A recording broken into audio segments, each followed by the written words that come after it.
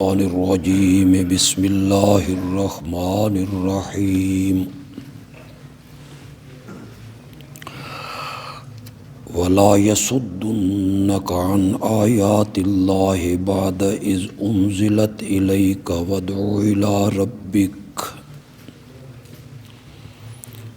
وادع إلى ربك ولا تكونن من المشركين ولا تدع مع الله إلها آخر لا إله إلا هو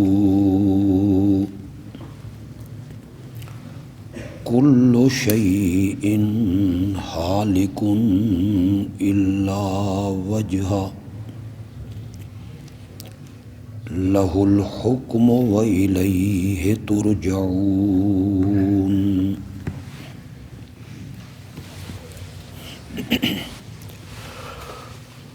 اللهم صل على سيدنا ومولانا محمد النبي الأمي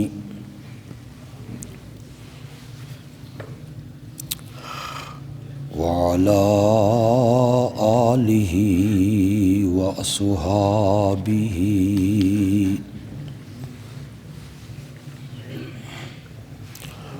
وبارك وسلم ثم صل عليه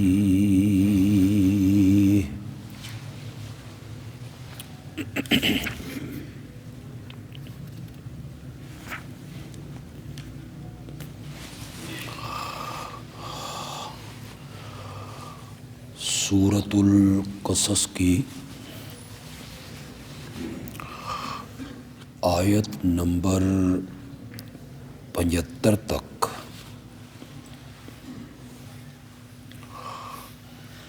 ہم ان آیتوں کی مختصر سی تفسیر بیان کر چکے ہیں۔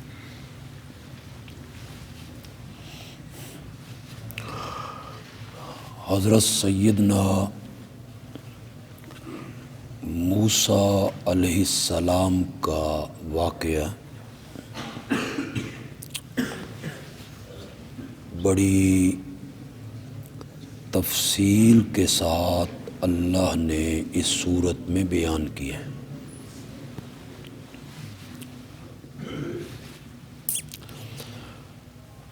آیت نمبر 76 میں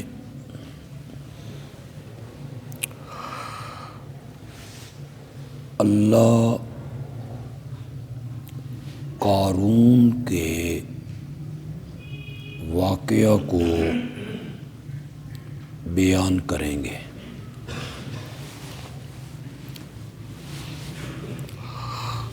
یہ بطور تخویف دنیاویہ بیان ہوگا، یعنی اللہ اس واقعہ میں اس حقیقت کو بیان کریں گے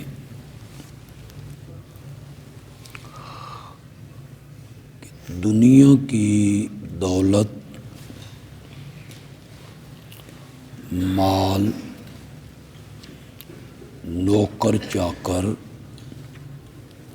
پیسہ دولت، سونا چاندی،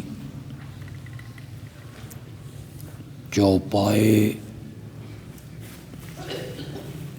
مکان، کوٹھیاں، بنگلے،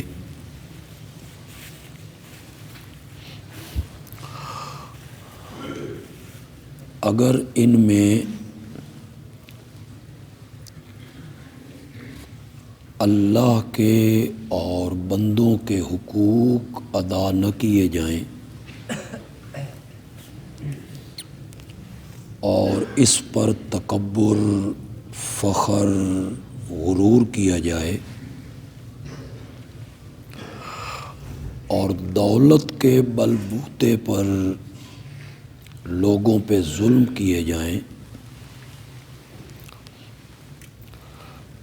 تو پھر اللہ ایسے متکبرین کو ایسے عذابوں میں مبتلا کرتے ہیں کہ وہ لوگوں کے لیے نشان عبرت بن جاتے ہیں۔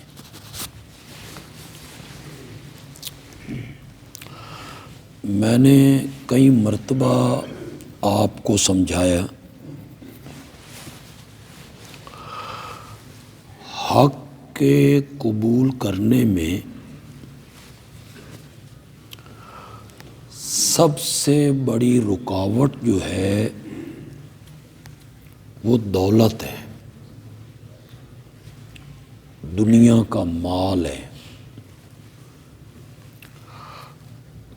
یہ گدیاں، خطابتیں، پیسہ، دنیاوی عزت، یہ سب چیزیں حق کے قبول کرنے میں رکاوٹ بنتی ہیں۔ تو اللہ جگہ جگہ دنیا کی حقارت بیان کرتے ہیں، دنیا کچھ نہیں ہے، یہ ایک قلیل سا نفع ہے، چند دنوں کی زندگی ہے، اس پر ریچھ کر حق کا انکار نہ کرو۔ یہ جگہ جگہ اللہ اسے بیان کرتے ہیں۔ کبھی کبھی اللہ جب ڈراوا سناتے ہیں، تخویف سناتے ہیں، تو کبھی کبھی اس ڈراوے کا تعلق بھی دنیا سے ہی ہوتا ہے، دنیا کے واقعات، دنیا کے حالات۔ اسی دنیا میں ہم نے انہیں پکڑ لیا تھا۔ یہ جو قارون ہے یہ بنی اسرائیل میں سے، قبطیوں میں سے نہیں ہے، یعنی فرعونیوں میں سے نہیں ہے، بلکہ اکثر مفسرین نے لکھا کہ یہ حضرت موسیٰ علیہ السلام کا چچا زاد بھائی ہے، اتنا قریب ہے حضرت موسیٰ علیہ السلام کے۔ یہ ضمیر فروش بنا،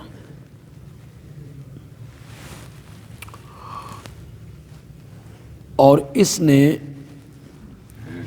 فرعونیوں کے قریب ہو کر ان سے مراعات لے کر، پیسہ دولت لے کر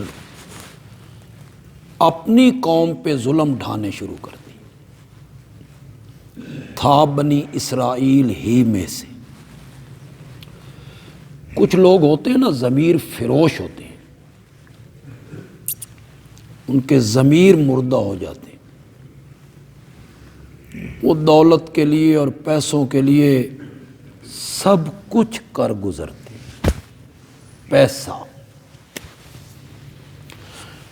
آپ بھی دیکھیں گے، ماضی قریب میں دیکھیں تو آپ کو ایسے لوگ نظر آ جائیں گے۔ حکومت کی ایجنسیاں مختلف جماعتوں میں سے ایسے لوگوں کو اپنے ساتھ ملا لیتے ہیں، انہیں مراعات دیتے ہیں، انہیں پیسہ دیتے ہیں، انہیں دولت دیتے ہیں، پھر انہی کی جماعت کے خلاف ان سے راز لیتے ہیں، ان کو استعمال کرتے ہیں۔ یہ آج بھی عام ہے۔ کئی جماعتیں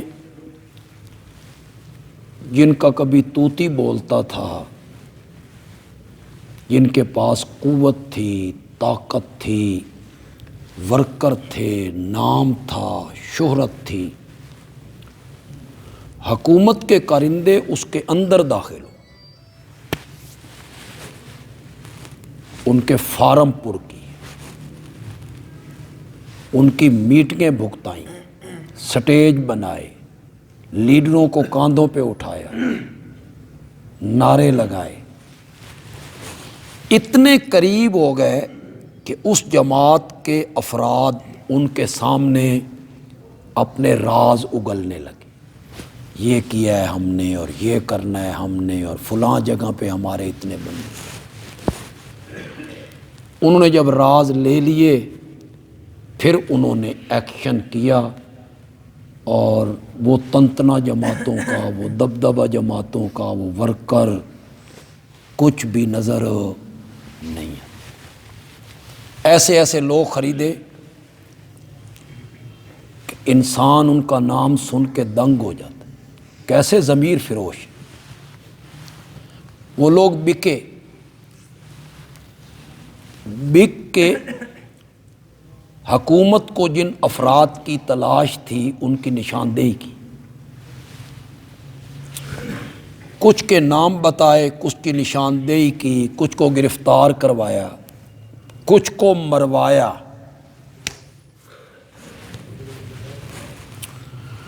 اور جب یہ سارے کام انہوں نے ان سے لے لیے تو پھر ان کارندوں نے اس ضمیر فروش کو بھی قتل کر دیا۔ نہ رہے بانس اور نہ بجے بانسری، پہلے اسے مال دیا پھر اسے قتل کر دیا، ختم کر دیا۔ اللہ پناہ میں رکھے ضمیر فروشی سے۔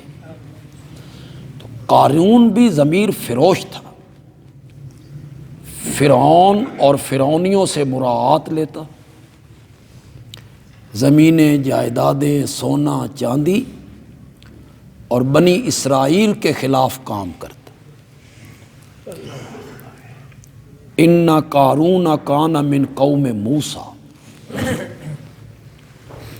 فبغى علیہم،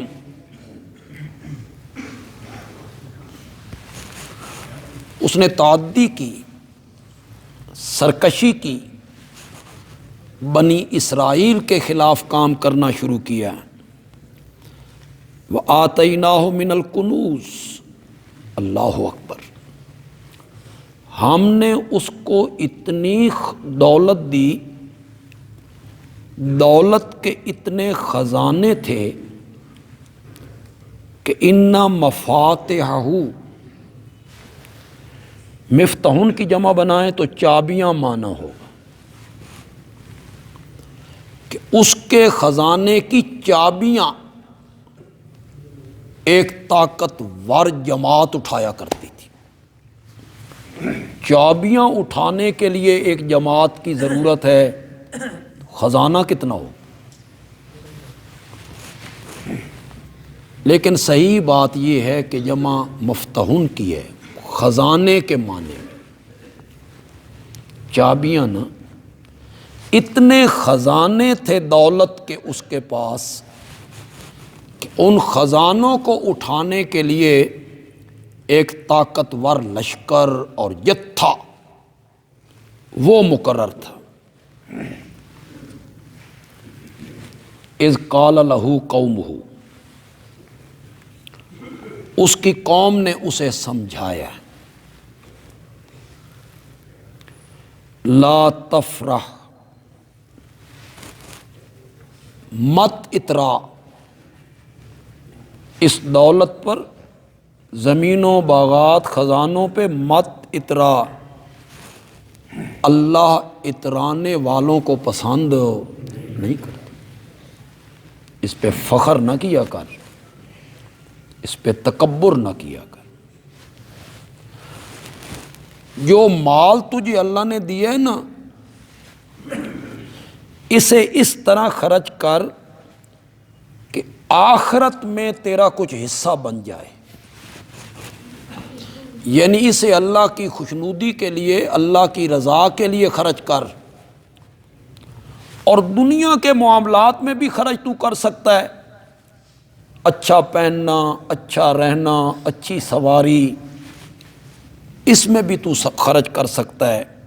وَأَحْسِن، اور لوگوں کے ساتھ بھلائی کر جس طرح اللہ نے تیرے ساتھ بھلائی کی، تو بھی لوگوں کے ساتھ بھلائی کیا کر۔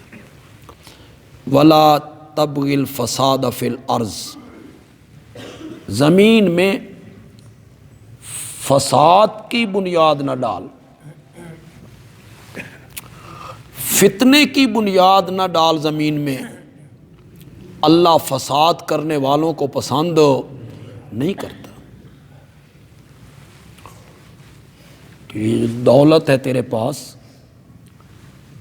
اس کو اللہ کی رضا کے لیے نیک کاموں میں خرچ کر، کوئی آخرت بنا اپنی۔ اس نے جواب میں کہا یہ جو کچھ مجھے ملا ہے نا، یہ اس ہنر کی وجہ سے ملا ہے جو میرے پاس ہے۔ اس میں اللہ کا فضل اور اللہ کا کرم اور اللہ کی عطا والی کون سی بات؟ یہ تو میرے پاس کمانے کا، تجارت کا ہنر موجود۔ میں مٹی کو ہاتھ لگاؤں تو سونا بنا دوں، میں تجارت کا فن جانتا ہوں۔ اللہ نے اس کا جواب دیا، اولم یعلم ان اللہ قد اہلک من قبلہ من القرون، کیا وہ خبر متواتر کے ذریعے نہیں جانتا؟ کیا اس کے علم میں نہیں ہے کہ ہم نے اس سے پہلے جن قوموں کو تباہ کیا تھا، ہوا اشد منہ قوۃ، وہ قوت میں اس سے زیادہ تھے اور وہ مال میں بھی اس سے زیادہ تھے۔ اگر ہنر ہے، کمائی کا ہنر ہے، تو ہنر ان کے پاس بھی تھا نا، پھر یہ دولت ان کے کام تو نہ آئی، ان کے پاس جتھا بھی زیادہ تھا، مال بھی زیادہ تھا، ہم نے صفحہ ہستی سے ان کو مٹا دیا۔ ولا یسأل عن ذنوبہم المجرمون، اور مجرموں سے ان کے گناہوں کے بارے میں نہیں پوچھا جاتا۔ اللہ اکبر، بڑا غضب والا جملہ ہے۔ جب ہم پکڑتے ہیں نا، اس وقت ہم سوال جواب نہیں کرتے، کہاں سے کمایا ہے، کہاں ہے تیری دولت، کہاں خرچ کی، نہ، پھر مجرموں سے ہم پوچھا نہیں کرتے، بغیر پوچھے انہیں تباہی کے گھاٹ ہم اتار دیا کرتے ہیں۔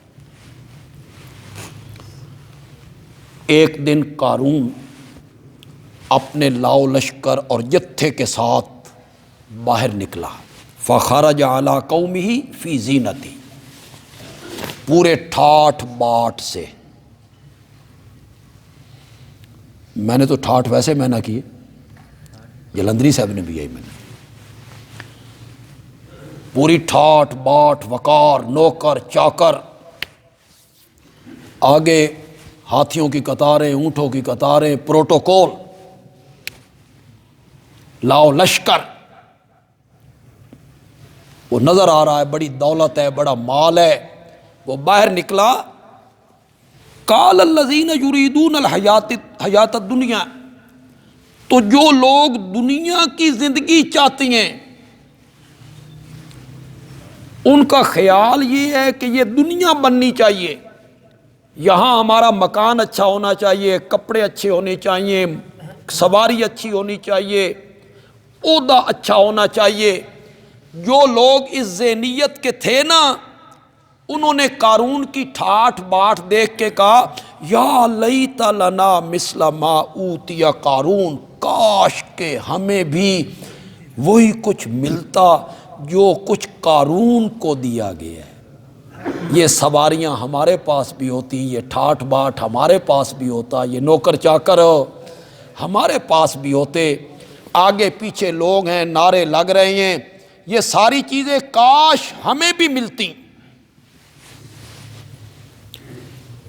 انہ لذو حظ عظیم، اس کا نصیب تو بہت اچھا ہے، بڑا نصیب ہے اس کا، دیکھو دولت کتنی ہے، مال کتنا ہے۔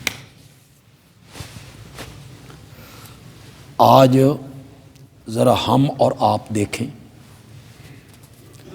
ہم بھی جب ان لوگوں کو دیکھتے ہیں جو 1.5 کروڑ کی گاڑی پہ سوار ہوتے ہیں اور ان کے آگے پیچھے گاڑیاں ہوتی ہیں، پھر 8 کنال میں ان کا مکان ہوتا ہے، پھر ان کے باغات گنے نہیں جا سکتے، پھر ان کے ارد گرد نوکروں کی لائنیں ہوتی ہیں، گھروں میں نوکرانیاں ہوتی ہیں، لالا ساڑیاں بھی کر پہنی کہ کاش یہ سب کچھ ہو ہمیں بھی، یہ دولت، یہ مال، یہ سواریاں، یہ کوٹھیاں، یہ بنگلے ہمیں بھی ملتے۔ ان لوگوں نے بھی یہی تمنا کی، کہا یہ سب چیزیں، یہ ٹھاٹ باٹ ہمیں بھی ملتا۔ وقال الذین اوتوا العلم، یہ سن کے وہ لوگ کہنے لگے جن کو اللہ نے علم کی دولت عطا کی تھی، نیک بندے، صالح بندے، صاحب علم بندے، وہ کہنے لگے ویلکم، افسوس ہے تم پر، ثواب اللہ خیر لمن آمن وعمل صالحا، جو کوئی ایمان لے آیا اور جس نے اچھے عمل کیے، اس کا بدلہ جو اللہ کے پاس موجود ہے وہ ساری دولتوں سے بہتر دولت۔ یہ اہل علم کا وطیر ہے۔ ہمارے طلبہ بچے جو ہیں اس پر غور کریں، اہل علم کا کیا وطیرہ بتایا گیا ہے۔ دولت، پیسہ، مال، گاڑیاں، ہاں حلال طریقے سے اللہ دے تو کوئی جرم بھی نہیں، اللہ دے، دولت دے، مال دے، حلال طریقے سے دے، جرم نہیں۔ ورنہ ہم ایسے علماء کو بھی جانتے جن کے پاس کبھی سائیکل نہیں ہوا کرتا، آج ان کے پاس پجارو ہے۔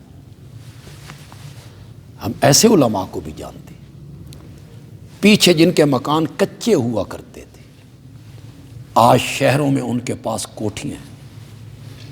ہم ایسے علماء کو بھی جانتے جن کے پاس زرعی زمین 1 کنال بھی نہیں تھی، آج ان کے پاس مربے ہیں، لیکن ان کی شکل آپ دیکھیں، جو انہوں نے لباس پہنا ہوا ہے وہ آپ دیکھیں تو آپ کہیں گے اس 4 دہاڑیاں تو روٹی نہیں کھاتی۔ ایک گندی سی دھوتی بندھی ہوئی ہے، ایک کرتا پہنا ہوا ہے، اتنے نکی جی ٹوپی لڑکدی بدی ہے، اور وہاں مسجد میں بیٹھ کے گھر گھر گھر گھر کرتے رہتے ہیں۔ لوگ سمجھتے ہیں بڑے اللہ والے ہیں، کروڑوں اربوں ان میں وہ کھیلتے ہیں۔ یہ آج سے کوئی 7-8 سال پہلے راولپنڈی اسلام آباد کے علاقے میں مزاربت کے نام سے ایک فراڈ ہوا۔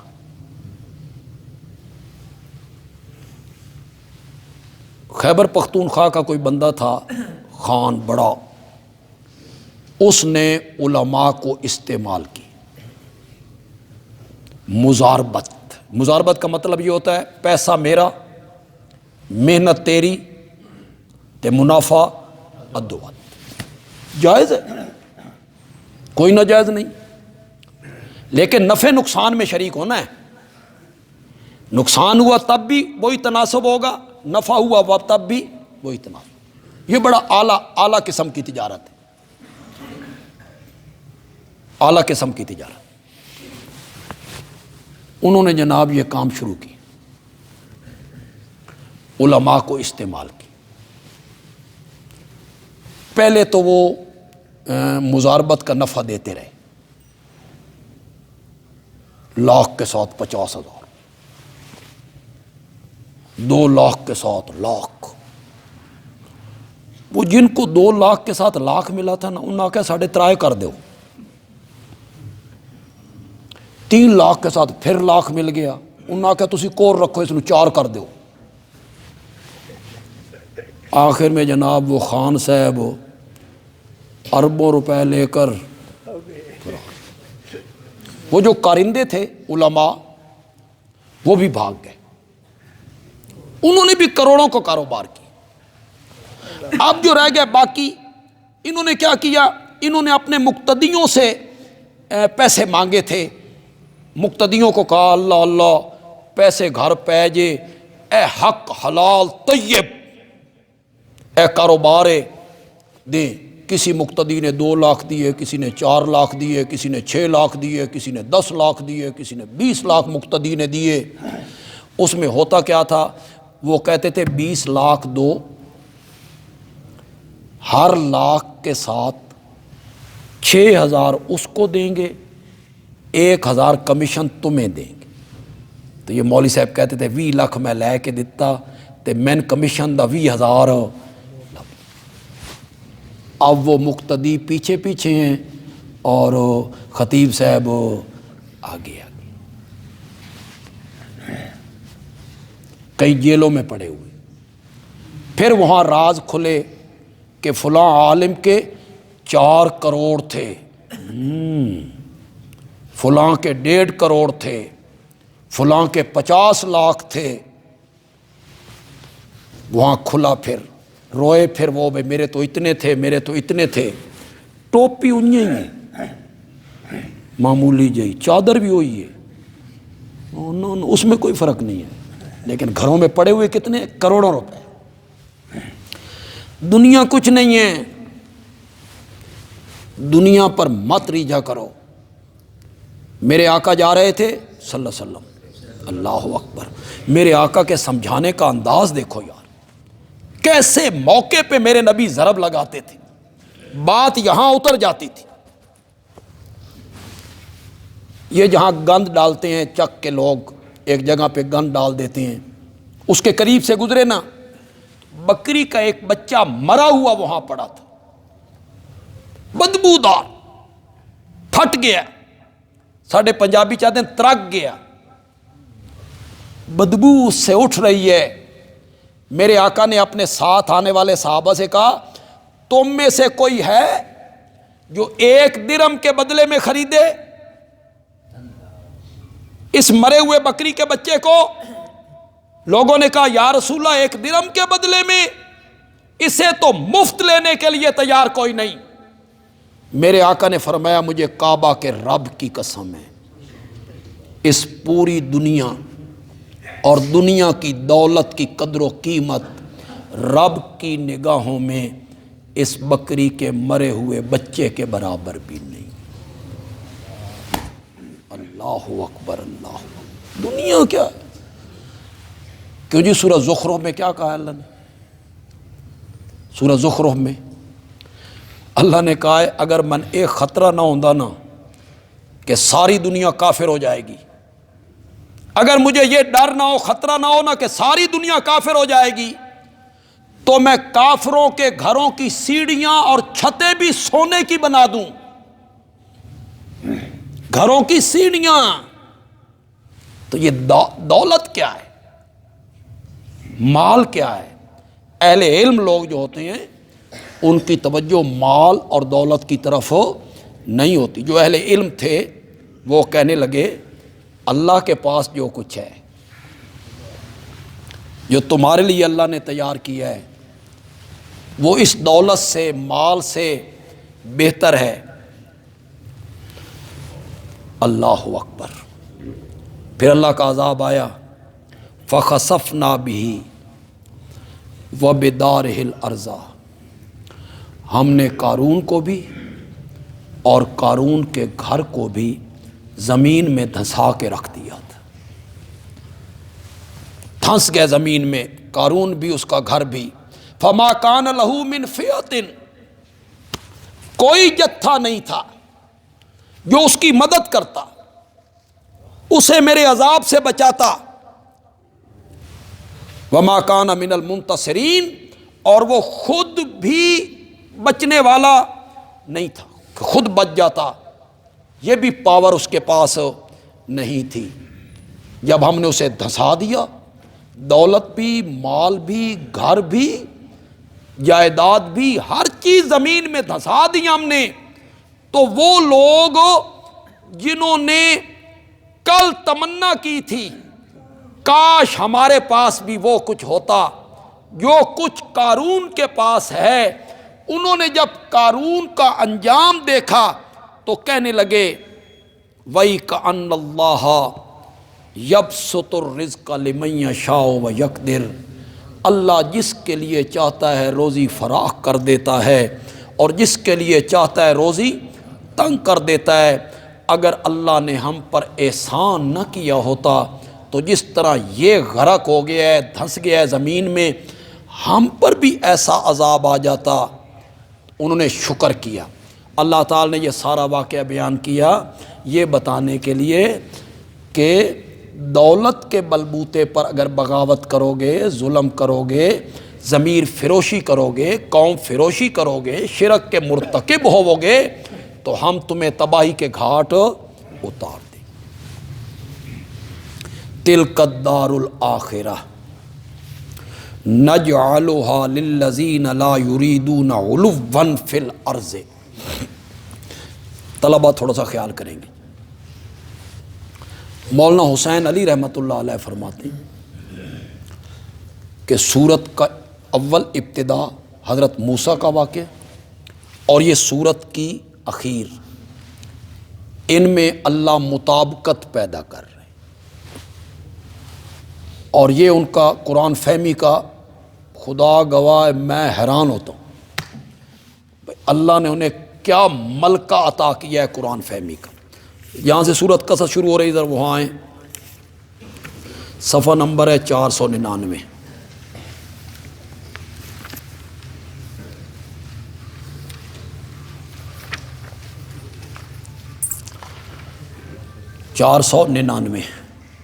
سورت قصص کی ابتدا ہے، آیت نمبر 3 ہے جی، 4 آیت نمبر 4 ہے جی، پڑھیے ذرا۔ ان فرعون علا فی الارض، بے شک فرعون نے زمین میں سر اٹھایا، علا تکبر کیا، یہ حضرت موسیٰ کے واقعے میں بیان کیا۔ پھر یہاں کہا یہ جو گھر آخرت کا ہے نا، نجعلھا، یہ گھر ہم ٹھہرائیں گے ان لوگوں کے لیے لا یریدون علوا فی الارض، ان لوگوں کے لیے یہ گھر مقرر کریں گے جو زمین میں سرکشی نہیں کرتے۔ وہاں ذکر کیا تھا ان فرعون علا فی الارض، یہاں میرے نبی کی بات کرنے لگے تو فرمایا جو لوگ علو فی الارض نہیں کرتے، تکبر نہیں کرتے، آخرت کا گھر ہم انہیں عطا کریں گے۔ من جاء بالحسنہ فلہ خیر منہا، جو آدمی ایک نیکی کرے گا نا ہم اس سے بہتر اس کو دیں گے 10 گنا۔ من جاء بالحسنۃ فلہ عشر امثالھا، سورۃ انعام میں کہا جو ایک نیکی کرے گا ہم 10 گنا بدلہ دیں گے۔ سورۃ آل عمران میں فصلوں کا بیج کا ذکر کیا، جو میرے رستے میں خرچ کرتے ہیں ان کی مثال دی، تو ہم اس کو 700 گنا بڑھا دیں گے۔ ساتھ یہ کہا اگر اخلاص زیادہ ہوا، دینے والے کا اخلاص زیادہ ہوا تو ہم 700 گنا سے بھی بڑھا دیں گے۔ جو آدمی نیکی کرتا ہے ہم اس کا بدلہ اس سے بہتر دیتے ہیں۔ بلکہ ایک حدیث تو میں پڑھتا ہوں تو میں حیران ہو جاتا ہوں، قیامت کے دن ایک آدمی آئے گا، اس کے اعمال کم پڑ جائیں گے، وہ گھبرائے گا، اللہ فرمائیں گے گھبرا نہیں، تیری ایک نیکی میرے پاس محفوظ ہے، اسے نیکیوں والے پلڑے میں رکھ لے۔ یا اللہ کون سی نیکی؟ فرمایا یہ پورا پہاڑ، یہ پورا پہاڑ ہے، یہ نیکیوں والے پلڑے میں رکھا جائے گا۔ پہاڑ کے مقابلے میں کاغذ کیا کریں گے؟ وہ اعمال نامے کیا کریں گے؟ پہاڑ کے مقابلے میں پہاڑ رکھا گیا، وہ برائیوں والے اعمال والے کاغذ اڑنے لگے، اللہ نے کہا جنت میں چلا جا، تیرے اعمال وزنی ہو گئے ہیں۔ مولا یہ پہاڑ جتنی نیکی میرے تو وہم و گمان میں بھی نہیں ہے، یہ سب کچھ کیا ہے؟ فرمایا یاد کر، ایک دفعہ تو نے میرے رستے میں کھجور کا ایک دانہ خرچ کیا تھا۔ اللہ اکبر، اللہ کی رحمت ہو جائے تو بیڑا پار ہو جائے۔ کھجور کا ایک دانہ تو نے میرے رستے میں خرچ کیا تھا اخلاص کے ساتھ، اسی کھجور کے دانے کو بڑھا بڑھا کے ہم نے پہاڑ بنا دیا۔ جو ایک نیکی کرتا ہے ہم اس کا بدلہ بہتر دیتے ہیں۔ پھر آگے مہربانی دیکھو میرے رب کی، وَمَنْ جَاءَ بِالسَّيِّئَةِ، اور جو کوئی برائی کرتا ہے اس کو اتنی ہی سزا دیتے ہیں جتنی اس نے برائی کی۔ یہاں بڑھاتے نہیں ہیں کہ اسے سزا زیادہ دیں، جتنی برائی ہے اس کے مطابق اس کو سزا دیتی ہیں۔ ان الذی فرض علیک القرآن، بے شک جس اللہ نے آپ پر قرآن کو اتارا ہے، جس اللہ نے آپ پر قرآن کو اتارا ہے، لرادک الی معاد، وہ تجھے واپس لوٹا کے لائے گا اصل جگہ پر۔ لرادک الی معاد، معاد سے مراد مکہ ہے جی، اگرچہ کچھ لوگوں نے آخرت کا معنی کیا، معاد سے مراد آخرت ہے کہ اللہ آپ کو آخرت کی طرف لوٹائے گا، لیکن اکثر مفسرین کا خیال ہے معاد سے مراد مکہ ہے۔ میرے نبی ہجرت کر کے جا رہے ہیں، ہجرت کرنا آسان تو نہیں نہ ہوتا، وطن چھوڑنا، گھر چھوڑنا، شہر چھوڑنا آسان نہیں ہوتا، اور پھر شہر مکے جیسا، پھر اس میں بیت اللہ ہے، اس میں آب زمزم ہے، اس میں حجر اسود ہے، اس میں صفا مروہ ہے۔ آسان تھا؟ وہیں پیدا ہوئے، وہیں بڑے، وہاں بچپن گزرا، وہاں جوانی بتائی، اس کو چھوڑ کے جا رہے ہیں۔ مغموم ہوئے نا میرے نبی اس وطن کے چھوڑنے کی وجہ سے۔ اس موقع پہ اللہ نے یہ آیت اتاری، میرے پیغمبر جس رب نے تجھ پر قرآن اتارا ہے نا، وہ تجھے اس مکے میں دوبارہ ضرور لے کے آئے گا۔ 8 سالوں کے بعد میرے نبی وہاں آ گئے۔ تھوڑا سا اب سورۃ قصص میں چلیے جی، صفحہ نمبر ہے پورے 500۔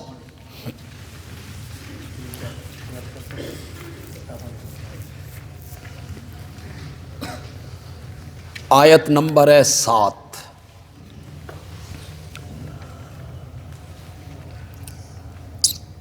مل گیا جی؟ وَأَوْحَيْنَا إِلَىٰ أُمِّ مُوسَىٰ، اور ہم نے حکم بھیجا موسیٰ کی ماں کی طرف، ان ارضعیہ، جب تک ممکن ہے موسیٰ کو دودھ پلاتی رہے، فَإِذَا خِفْتِ عَلَيْهِ، پھر جب تجھے ڈر محسوس ہو فرعونیوں کا، فَأَلْقِيَ فِي الْيَمِّ، اس بیٹے کو دریا میں ڈال دے، وَلَا تَخَافِي، خوف نہیں کرنا غرقابی کا، وَلَا تَحْزَنِي، غم نہیں کرنا جدائی کا کہ غرق ہو جائے گا، یہ بھی خوف نہیں کرنا، جدائی کا غم بھی نہیں کرنا۔ اِنَّا رَادُّوهُ إِلَيْكَ، ہم موسیٰ کو تیری طرف لوٹا کے لائیں گے۔ یہ حضرت موسیٰ کے واقعہ میں کہا، اور پھر آخر میں آ کے کہا میرے پیارے پیغمبر آپ مکے سے نکل کے جا رہے ہیں، ہم آپ کو پھر مکے میں واپس لائیں گے۔ یا موسیٰ علیہ السلام مدین چلے گئے، 10 سال مدین رہے، پھر ہم حضرت موسیٰ کو مدین سے مصر میں لائے۔ جو رب حضرت موسیٰ کو مدین سے مصر میں لے کے آیا تھا نا، وہی رب تجھے دوبارہ مدینے سے مکے میں لے کے آئے۔ وَمَا كُنْتَ تَرْجُو، تمہیں تو امید بھی نہیں تھی، آپ کو تو امید بھی نہیں تھی، ان یلقا الیک الکتاب، کہ آپ پر قرآن اتارا جائے گا،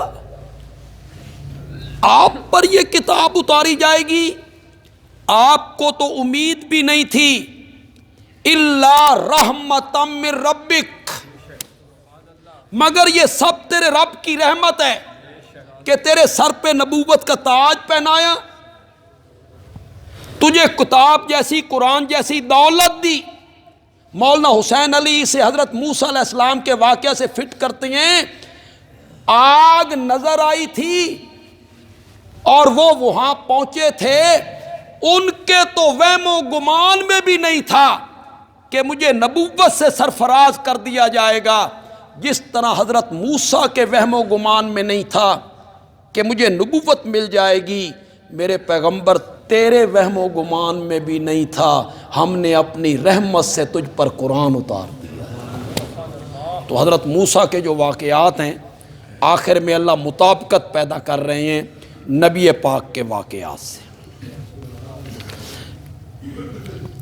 وَلَا يَصُدَّنَّكَ عَنْ آیَاتِ اللَّهِ، یہ کافر لوگ آپ کو اللہ کی آیتوں سے پھیر نہ دیں، فتوے لگا کے، تضحیق کر کے، تمسخر اڑا کے، راستے روک کے، میٹنگیں کر کے، قتل کی تدبیریں کر کے، یہ تجھے رب کے ان آیتوں کے بیان کرنے سے روک نہ دیں۔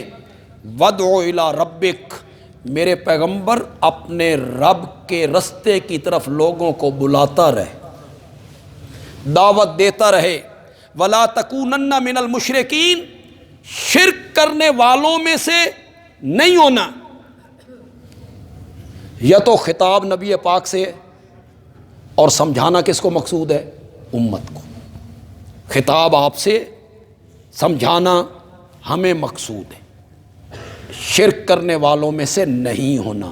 یا معنی یہ ہے، جس طرح ماضی میں آپ نے کبھی شرک نہیں کیا، میرے پیغمبر آئندہ بھی شرک نہیں کرنا۔ لیکن وہ پہلی بات زیادہ صحیح ہے، نبی پاک کو خطاب ہے، سمجھانا کس کو مقصود ہے؟ امت کو، شرک نہیں کرنا۔ عبادات میں، اعمال میں شرک سے بچنا ہے۔ وَلَا تَدْعُ مَعَ اللَّهِ إِلَٰهًا آخر، مت پکار اللہ کے ساتھ کسی اور معبود کو، مت مسائب میں، مشکلات میں، دکھوں میں، تکلیفوں میں اللہ کے سوا کسی اور معبود کو مت پکار۔ کیوں؟ اس لیے کہ لا الہ الا ہو، اس لیے کہ اس کے سوا الہ کوئی نہیں، اس کے سوا معبود کوئی نہیں، تو کسی اور معبود کو مت پکار۔ میرے پاس وقت نہیں ہے، صرف اشارہ کرنے لگا ہوں۔ اس نظریے سے کسی کو پکارنا کہ جس کو میں پکار رہا ہوں میں اس کو نہیں دیکھ رہا اور وہ مجھے دیکھ رہا ہے، یہ پکار بنے گی عبادت، اور جس کو پکارا گیا وہ کیا بن جائے گا؟ معبود۔ پھر سنیے گا، لوگ کہتے ہیں ہم تو کسی اور کو الہ نہیں سمجھتے۔ الہ کون ہوتا ہے؟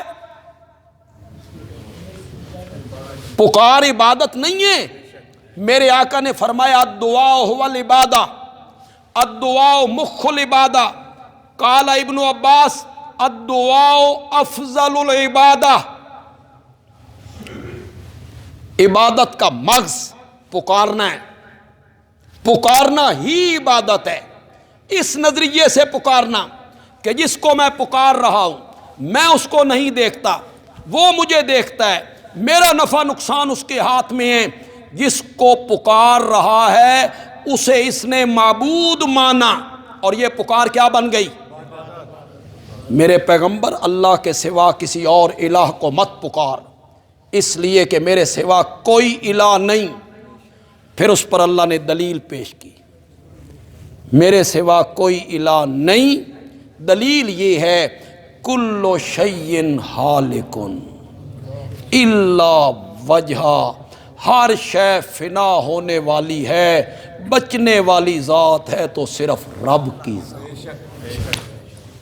تو عبادت اس کی ہونی چاہیے جس پر فنا نہ ہو، عبادت اس کی ہونی چاہیے جس نے ہمیشہ باقی رہنا ہو، اور یہ صرف رب کی ہے۔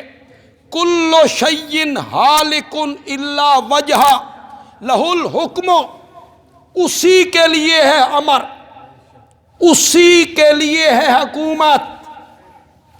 دھرتی اللہ کی ہے تو اس دھرتی پر نظام بھی کس کا چلنا چاہیے؟ اللہ کا۔ دھرتی جو اس کی ہے، زمین جو اس کی ہے، اس پر حکم، امر، قانون رب کا چلنا چاہیے۔ اسی کے لیے حکم، اسی کے لیے فرما روائی، اسی کے لیے ہے امر، وَإِلَيَّ تُرْجَعُونَ، اور اسی کی طرف تم لوٹائے جاؤ گے۔ شیخ عبداللہ، پتہ نہیں ذہن میں آیا کہ نہیں آیا، مولانا حسین علی نے کہا تھا، شیخ عبداللہ اللہ قرآن دیاں سورتاں دے وچ جو کچھ بھی بیان کریندا راہوی نہ مکیندہ توحید تے۔ کیا مولانا حسین علی کا تجزیہ تھا، اللہ ان کی قبر کو منور۔ شیخ عبداللہ یہ تو ایک ذمہ دار آدمی، جٹ آدمی تھا، بار برداری کرتا تھا، اونٹوں پر بوریاں لاد کے، یہ جاڑے میں رہتا تھا، جاڑا ڈیرا جاڑا، اس کے پیچھے جاڑا ہے، وہاں سے سرگودا، سرگودا سے وہ اصل ویج پیلو وینس کا تھا، تھل کے علاقے کا، ہندو مذہب چھوڑ کے مسلمان ہوا تھا 13 سال کی عمر میں، مولانا حسین علی کے ہاتھ پر۔ مولانا حسین نے اس کا نام رکھا تھا شیخ عبداللہ، پڑھ نہیں سکا، ان کا مرید تھا، ان کے ساتھ رہا، اس شیخ عبداللہ کو حضرت صاحب نے پڑھایا۔ کیا تربیت تھی مولانا حسین علی کی، ایک جٹ کو بات سمجھا دی، اور جٹ کو بھی ایسی سمجھ آئی کہ میری جب ملاقات اس سے ہوئی تو اس کی عمر 95 سال تھی، 95 سال۔ اس نے مجھے یہ بات بتائی کہ مولانا حسین علی نے مجھے یہ کہا تھا، شیخ عبداللہ اللہ قرآن دیاں سورتاں دے وچ جو کچھ بھی بیان کریندا راہوی نہ مکیندہ توحید تے ہی۔ جب اللہ اس کو ختم کرنے پہ آتے ہیں تو کس مسئلے پہ ختم کرتے ہیں؟ چلو یار اس کا تھوڑا سا منظر دیکھیں کہ اس میں کس حد تک حقیقت ہے۔ یہ صفحہ نمبر ہے 338، 338۔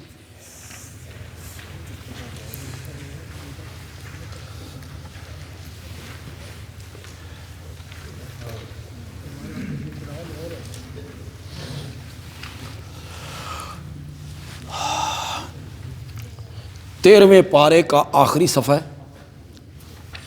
سورت ابراہیم ختم ہو رہی۔ سورت ابراہیم میں بیان ہوئے وقائع دنیاوی اخروی، وقائع واقعہ کی جمع، وقائع یہ سورت ابراہیم کا مرکزی مضمون۔ ذکر بایام اللہ، لیکن جب اللہ سورت کو ختم کرنے لگے، آخری آیت ذرا سنیے، ھذا بلاغ للناس، یہ قرآن پیغام ہے لوگوں کے لیے۔ کیوں آیا ہے؟ لینذروا بہ، تاکہ اس کے ذریعے لوگوں کو خبردار کیا جائے۔ کیوں آیا ہے؟ لیعلموا، تاکہ لوگ جان لیں، انما ہوا الہ واحد، تاکہ لوگ جان لیں کہ وہ معبود ایک ہی۔ تو ابراہیم کو ختم کیا تو کس مسئلے پہ آ کے ختم کیا؟ تھوڑا سا آگے آئیے، اس سے اگلی صورت ہے، صفحہ نمبر ہے 346 346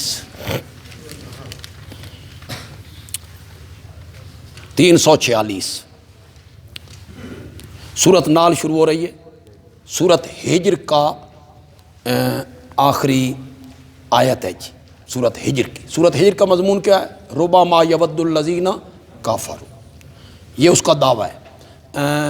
مضمون یہ ہے سورت ہجر کا، اب وقت ہے مان لو، ورنہ میرا عذاب آ گیا تو پچھتاؤ گے۔ اس وقت کا پچھتانا کسی کام نہیں آئے گا۔ پھر اللہ نے پہلی قوموں کے واقعات ذکر کر دیے کہ دیکھو انہوں نے نہیں مانا، ہم نے پھر تباہی کے گھاٹ اتارا، پچھتاتے رہے، اس وقت کا پچھتانا کام نہیں آیا۔ یہ سارا مضمون صورت میں بیان کر کے آخری آیت پہ پہنچے نا تو فرمایا وَاعْبُدْ رَبَّكَ، عبادت کر اپنے رب کی، حتیٰ یأتیک الیقین، یہاں تک کہ تجھے موت آ جائے۔ تھوڑا سا پیچھے آئیے، یہ صفحہ نمبر ہے 304، صفحہ نمبر ہے 304۔ سورت یوسف شروع ہو رہی ہے، سورت ہود ختم ہو رہی ہے۔ سورت ہود کا مضمون ہے چونکہ عالم الغیب میں ہوں لہذا عبادت کے لائق بھی میں ہوں۔ اس سورت کو رب ختم کرنے لگے ہیں۔ آخری آیت پڑھیے جی، للہ غیب السماوات والارض، اللہ ہی کے لیے چھپی چیزوں کا جاننا، وہ چھپی ہوئی چیزیں آسمان میں ہوں یا زمین میں، وَإِلَيَّ يُرْجَعُ الْأَمْرُ كُلُّهُ، اور اسی کی طرف لوٹائے جاتے ہیں سارے کام، سارے کام اسی کی طرف لوٹائے جاتے ہیں۔ عالم الغیب بھی وہی ہے، مختار کل بھی وہی ہے، فَاعْبُدْهُ، پس عبادت کر تو عبادت بھی اسی کی کر، وَتَوَكَّلْ عَلَيْهِ، اور اسی پر کیا کر، سورۃ ہود کو ختم کیا۔ آگے آئیے ذرا،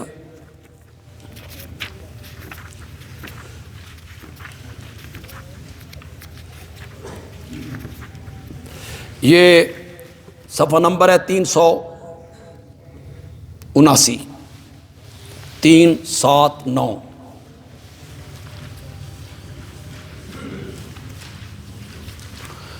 سورت بنی اسرائیل کو تو ختم کیا نا، مزہ ہی آ گیا۔ سورت بنی اسرائیل کا مضمون کیا ہے؟ یہ معجزے مانگتے ہیں کہ کوئی معجزہ دکھا، چلو ہم معجزہ دکھا رہے ہیں، ایک معراج، پھر اسی کے آگے قرآن کا ذکر کیا، ان ھذا القرآن یہدی للتی ہی اقوم، یہ سارا مضمون بیان کیا، ڈراوے بھی بیان کیے۔ آخری آیتوں میں کیا کہا؟ قُلِ ادعوا اللہ،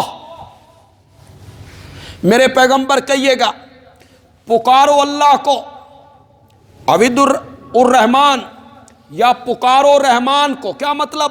یا اللہ کہہ کے پکارو، یا رحمان کہہ کے پکارو، ایما تدعو، جس نام سے بھی پکارو نا، فلہ الاسماء الحسنی، اسی کے لیے ہیں نام اچھے اچھے، السمیع، العلیم، القدیر، القادر، المقتدر، المالک، رازق، اسی کے ہیں نام اچھے اچھے۔ ولا تجہر بصلاتک، اپنی نماز میں زور سے مت پڑھیے گا، نہ اس کو آہستہ پڑھیے گا۔ وابتغ بین ذالک سبیلا، بلند آواز اور آہستہ آواز کے درمیان ایک روش اپنائیے گا۔ وقل، میرے پیغمبر یہ بھی کہے الحمدللہ، تمام صفات کارسازی اللہ کے لیے ہیں، لم یتخذ ولدا، جس نے اولاد نہیں بنائی، ولم یکن لہ شریک، اس کا کوئی سانجی نہیں ہے، فی الملک، اس کی بادشاہی میں، ولم یکن لہ ولی من الذل، اس کا کوئی مددگار نہیں ہے۔ عاجزی میں کہ جہاں وہ کام نہ کر سکے پھر اس کو مددگار کی ضرورت پڑے، وَكَبِّرْهُ تَكْبِيرًا، بڑھائی بول اس کی۔ تو سورت بنی اسرائیل کو ختم کیا تو کس مسئلے پہ آ کے ختم کیا؟ توحید پر کیا۔ یہ اگلی سورت سورت کاف ہے، آیت صفحہ نمبر ہے 395، 395 یہ سورت کاف ہے۔ سورت کاف کا مضمون کیا ہے؟ شبہات کے جواب۔ مشرکین کے ذہن میں شبہات تھے۔ اصحاب کاف 309 سال سوئے رہے، کچھ نہیں ہوا، معلوم ہوتا ہے بڑی کرنیاں بھرنیاں والے ہیں۔ ذوالقرنین مشرق مغرب میں گیا، معلوم ہوتا ہے بڑی طاقت والے ہیں۔ چلو جی، حضرت موسیٰ تو عالم الغیب نہیں، حضرت خضر تو ہیں نا، انہوں نے جو کام کیے تھے، یہ اشکال تھے ان کے ذہنوں میں۔ اللہ نے سورت کہف میں ان کے سارے اشکالات کو دور کیا۔ دور کرنے کے بعد آخری آیت پہ پہنچے، کل میرے پیغمبر آپ کہیں انما انا بشر مثلکم، میں بشر ہوں جیسے تم۔ فرق کیا ہے پھر؟ فرق کیا ہے؟ فرمایا یوحا الیہ، میری طرف وحی کی جاتی ہے، انما الہکم الہ واحد، کہ تمہارا معبود ہو ایک معبود۔ میں آپ کو کتنی جگہ دکھاتا چلا جاؤں، کیا تجزیہ ہے مولانا حسین علی کا۔ اللہ قرآن دیاں سورتاں دے وچ جو کچھ بھی بیان کریندا راوی مکیندا